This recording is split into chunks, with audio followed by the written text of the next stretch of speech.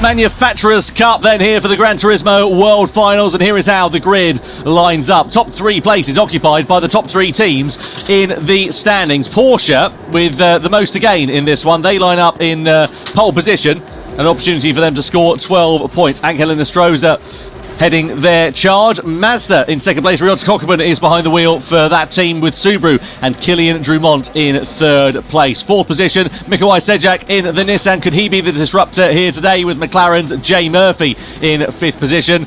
Lexus and Giorgio Mangano lining up P6 on the grid, and then Ferrari's Jun Hashima is in seventh place. Alongside them is Lamborghini, and for Simon Rosenberger, you've got Honda's Valerio Gallo.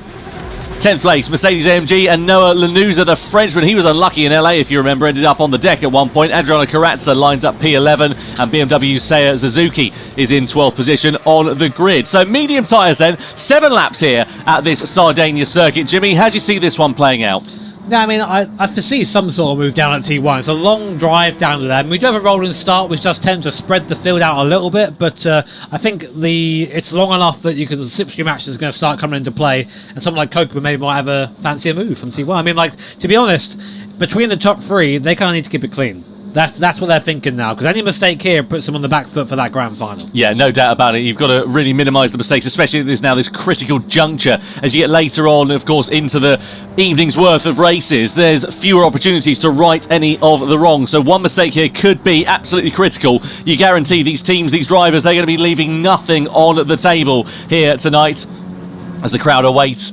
Sold out crowd here in Fukuoka this weekend.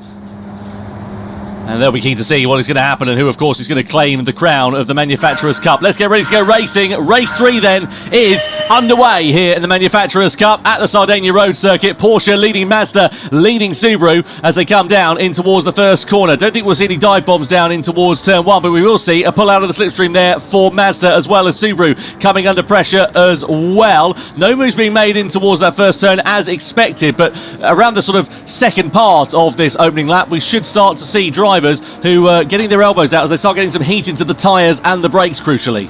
Yeah, so right now, Porsche lead from Mazda, lead from Subaru, lead from Nissan behind. Sejak behind the wheel of that Nissan. We said he's one to watch, so we'll see what he can do during this race. And again, this track's a lot of heavy acceleration zones. That Subaru's going to suffer a little bit here, I think, as they defend there from Mazda, defend from Team Subaru. Right now, not much change as everyone's keeping it nice and clean on that one here. A stark contrast to our first race at Daytona.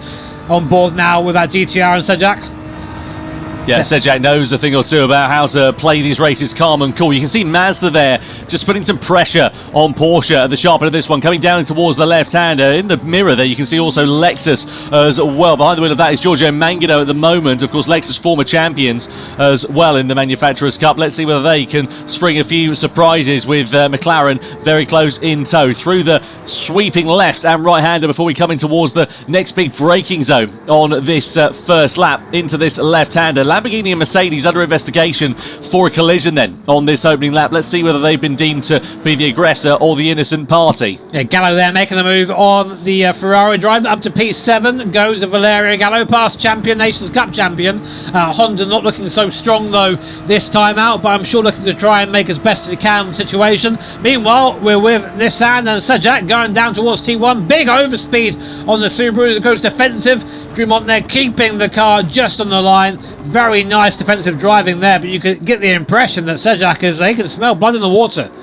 Yeah, certainly can. Mercedes with a 1 second penalty then for their part in the collision with Lamborghini on that opening lap. So let's work out and pick the bones out of that one as we continue on in this race. We come through the left and the right-hander. This is Mikołaj Sejak, who we ride on board with the Polish driver, who, despite being Polish in terms of nationality, he actually has a very sort of thick northern accent, which catches you off guard a little bit. And I was down chatting to him in the World Series events over the course of this year. He's a young lad, bright head on his shoulders, and mature head on his shoulders, especially when it comes to racecraft as well. So let's see whether we can get that Nissan up into the podium positions and be the disruptor in this race. We come through in towards the left-hander. I have to say they're keeping it remarkably calm and tidy. Jimmy, as we get into this point now of the evening where we're race 3, we're the last chance before we go in towards the double points. Are we going to see the teams at the front maybe minimising the risks a bit more. Yeah, you think so, but that of course opens them up to people behind them. I mean, a great example right now is Valerio Gallo moving through the field up to P6 now. He's already on the back of the McLaren in front, so this guy is not hanging around.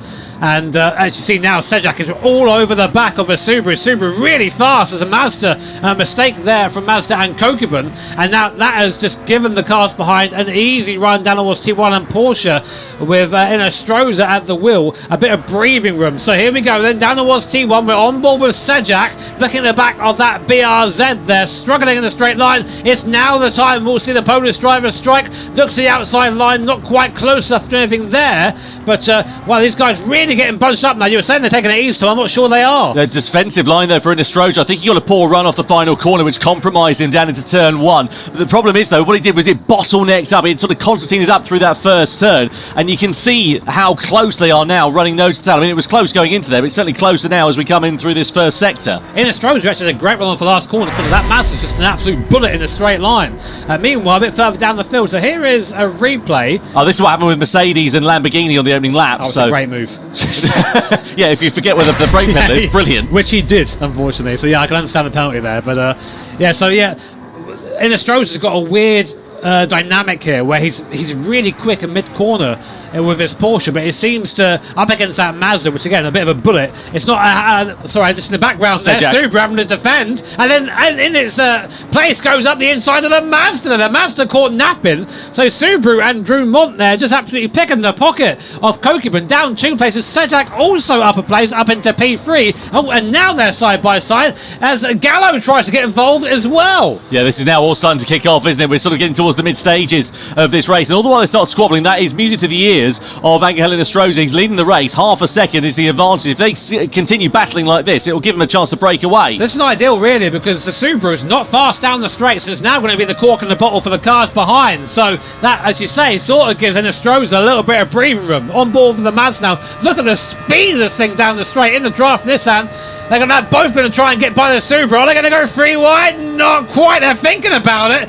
Nissan there, Sejak just about being held off by the Subaru. Yeah, oh, the cutback. Sejak up into P2. Lovely stuff. And will the Mazda follow through too? Trying to do on the inside then, and keep an eye out for Honda with Valerio Gallo, who is behind the wheel as well. We come through into the left-hander. Honda versus Subaru. Oh, Sejak's off into the gravel. Was there a bit of contact there as they came through in towards the left-hander? The upshot is the Polish driver goes tumbling down the order. He was in 2nd place. He's now down to 7th place. And look at what it's done for Porsche and for Angel Inestrosa. He's now got a 1.6 second advantage as they all start squabbling amongst one another, and a 1 second penalty there for Toyota as well. Valerio Gallo in that Honda started this race in 9th position. He's up to P2. A great drive there from the 2020 Nations Cup champion. Amazing run by him. No, sorry, 2021. Nearly got it right. That was me as long time ago. Oh, hang on a minute. Look at Subaru on the inside. They lunge through on 2 cars, getting the better of Mazda, and then also getting the better of Honda as they now run side by side with one another through this left-hander. That was absolutely sensational for Team Subaru. A big lunge, and it's paid off beautifully. Now Lexus are ready to try and pick the pocket of another car. They get through on Mazda for 4th. What did you say at the start of this race, Tom? They're going to take it easy? I don't think so. In the background, Toyota almost 3 wide there with McLaren and Mazda. Mazda plummeting down the order. This is horrible for their championship at the moment. So Porsche and Angel Inestrosa is just laughing all the way to the back. 2.4 seconds now is the gap as Subaru and Honda battle it out still. There through goes Valerio Gallo. Not much really Drumont can do about that, can he? But here's the question. Are they going to keep squabbling, or does Gallo have the pace to catch that Porsche in front? Well, the problem here for Drumont is obviously he was the cork in the bottle. So now that Valerio Gallo's gone through, you would imagine that unless he's able to keep the pace with the Honda and live with it in a straight line, he's going to start dropping back. That might pop him into the clutches of Lexus. It might pop into the clutches of McLaren. It could be even worse here for Kylian Drumont. But you can see what it means, though, for Porsche at the moment. If the checker flag fell now, it would be a dream start to the grand final with a 3-point advantage over over Subaru and even more over the Mazda team as well, who've dropped down into 6th place. Maybe you've got to just manifest it. Maybe that's the trick. Angel saying, you know what, we're going to win this. There it is. Yeah, I went for a walk with him yesterday. He was so calm, so focused, and so ready to go out and win. He said, no, we're leaving nothing on the table. We are here to win, and that is exactly what we're going to do. He was a man that was absolutely unwavering in the confidence that was underneath him, and that is proving to be absolutely justified here tonight. Yeah, so right now, Gallo is he's kind of very slowly catching in Astroza, not by a lot. Only a couple of laps left in this race here at Sardinia, so really interesting back on this circuit. I got to admit, I thought we'd have a bit of a quiet one here, but it's been anything but that so far. First lap of the race, a BMW and Seiya Suzuki down in P7, so he's quick, but he needs to go a bit quicker than that, I think. Yeah, the problem is their championship challenge has really fallen apart like a cheap watch, courtesy of one race, isn't it? Really, you know. Why do you look at me when you say that? I can see what you've got on your wrist. Across the sideline we go. McLaren versus Lexus, side by side with one another as we come down the start-finish straight in towards the left-hander as we go over the crest of the hill. Lexus on the inside, McLaren on the outside then. So Mangano versus Murphy in the Lexus versus the McLaren. Mazda and Cockerman ready to try and pick their pocket as well. That'll be damage limitation there for Cockerman as they try to ascend their way back up the order following the early dramas that they have suffered. As they flick it through in towards the right-hander, it all stays pretty stagnant in terms of the positions for now. Let's have a look at this battle then with Mazda. So this is a lunge to the inside. And I don't know if there was contact there. It just looked like Sejak outbraked himself from that angle, at least, certainly. I think they both did. Like there wasn't any clear moving of the car there, but I'm sure Sejak will have his own opinions on what happened there as well. But we really, I mean, for Mazda and team and Concubine, he really needs to invent something now because he's down in 6th place. He needs better points than this. Lexus and McLaren side by side still. That McLaren's getting put on the grass. Yep, why'd you go? And they comes back on and hits the Mazda there. Concubine into the barrier goes Team McLaren.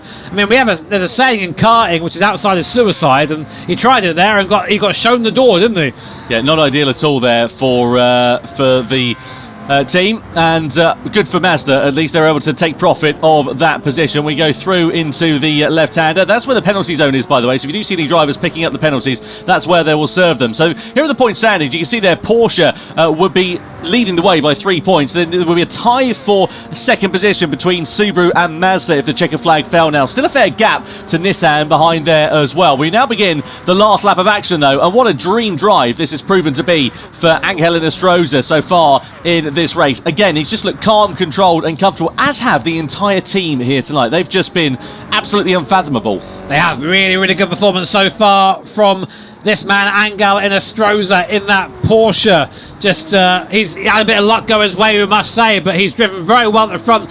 Only about half a lap or so before Porsche claim their second win of the evening here, and it's all going their way. I mean, here is Valerio Gallo. What a drive from Gallo! Probably one of the drives of this show so far. Up 7 places defending from Drummond in that Subaru. And I think Team Mazda pick up the bits. P5 for them. There is Enestrosa, of course, double points for our grand final. So whilst this will put Porsche in the lead going into the final, still all to play for. Well, Mazda, their race is it's good damage limitation actually for them in 5th position. If they can get another place on Lexus, that'll be a very welcome result. Oh my word!